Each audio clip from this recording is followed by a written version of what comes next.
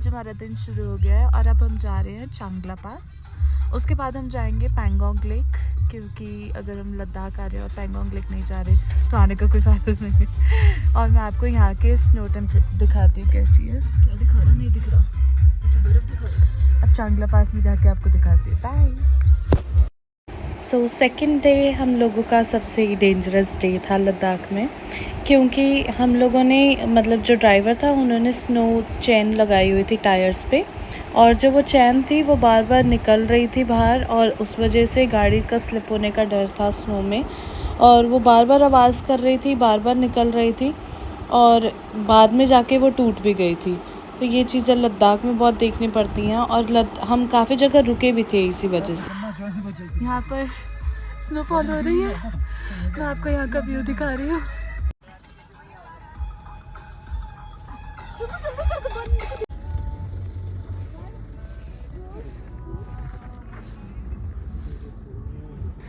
आपको बताना चाहूँगी कि लद्दाख में जो इस टाइम पे टेम्परेचर चल रहा है वो है -17 डिग्री, और चांगला पास पे है -24 डिग्री, जो कि फील्स लाइक है -25 डिग्री सेल्सियस। इस कैंप पे हम रुके थे और यहाँ पे सोल्जर्स ने हमारी बहुत हेल्प करी थी खाने पीने में। चलिए हम पहुँच गए हैं पैंगोंग लेक।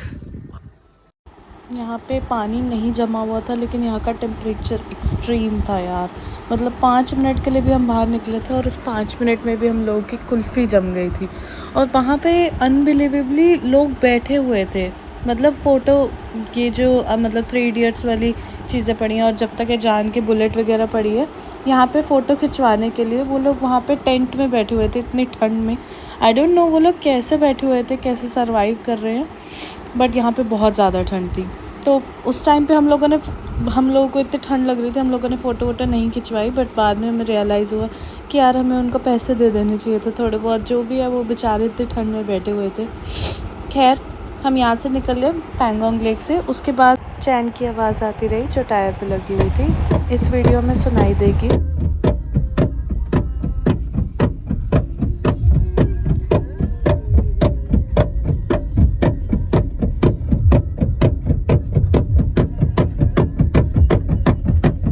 हमने फाइनली वो चैन उतार दी थी, और उसके बाद हम लोगों ने स्लो ड्राइव किया था।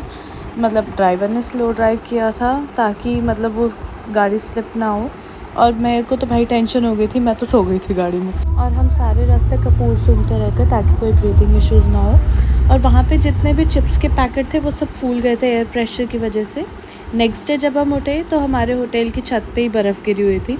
मतलब मैं बर्फ़ के साथ खेलना चाह रही थी पिछले दिन भी, बट उस टाइम पे बहुत ही ज़्यादा ठंड थी, और ड्राइवर ने कहीं रोकी भी नहीं थी, क्योंकि वो कह रहा था पैंगोंग लेक के लिए हम लेट हो जाएंगे। इस वजह से हम लोग बर्फ़ से अच्छे से खेल नहीं पाए थे, बट नेक्स्ट डे हम लोग फाइनली थोड़ा बहुत बर्फ़ से खेल पाए थे। जाने से पहले हमारी फ़्लाइट थी 9 बजे की, उससे पहले हम लोगों ने थोड़ा बहुत बर्फ़ से खेला, और उसके बाद हम लोग निकल गए।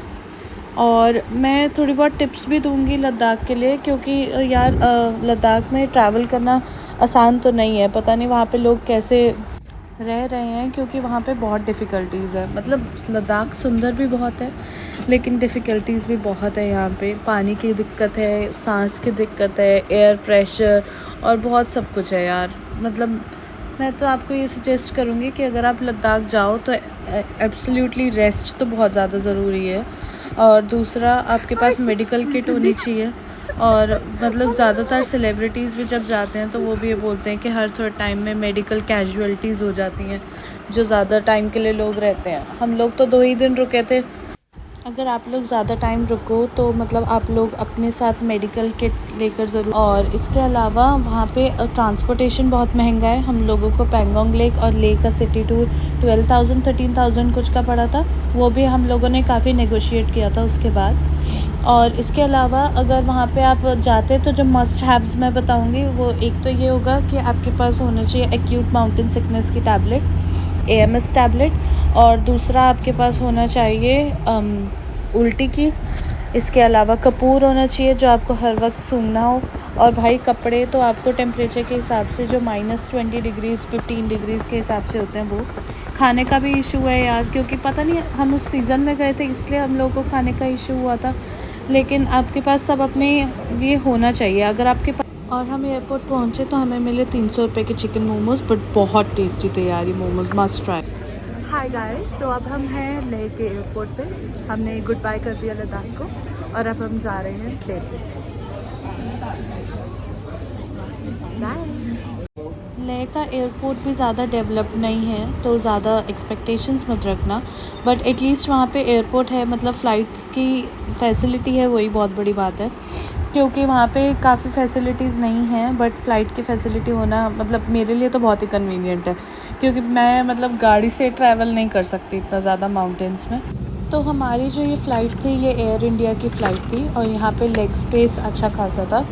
और आई डोंट नो सब एयर इंडिया को इतना मतलब बुरा क्यों बोलते हैं, मुझे तो सही लगा। मतलब यहाँ पे जो हम लोगों ने खाना खाया था आते टाइम जाते टाइम वो भी सही था दोनों टाइम, और लेग स्पेस भी सही था। मेरे हिसाब से कोई ऐसा इशू हुआ नहीं था। डोमेस्टिक फ़्लाइट में तो ज़्यादा होता भी नहीं है, मतलब इंटरनेशनल फ़्लाइट्स की बात अलग होती है, बट डोमेस्टिक में तो थोड़ा बहुत ही होता है। और इसमें यहाँ पे मतलब मुझे कटलरी मिली थी, पानी की बोतल मिली थी और खाने में मिला फ्राइड राइस और मंचूरियन, और ये भी टेस्ट में अच्छा था। I will rate it 9 out of 10। उसके बाद हम पहुँच गए दिल्ली, और दिल्ली पहुँचने के बाद हम लोगों ने कुछ भी नहीं किया, बस घर आ गए। हम दिल्ली एयरपोर्ट आ गए। अब हम वेट कर रहे हैं कि हमारा बैगेज कब आएगा। हम बेल्ट के पास बैठे हुए हैं, वो आपको शीशे में दिख रहा होगा। तो हम वेट कर रहे हैं, जैसे हमारा बैगेज आएगा हम उसे लेके घर चले जाएंगे।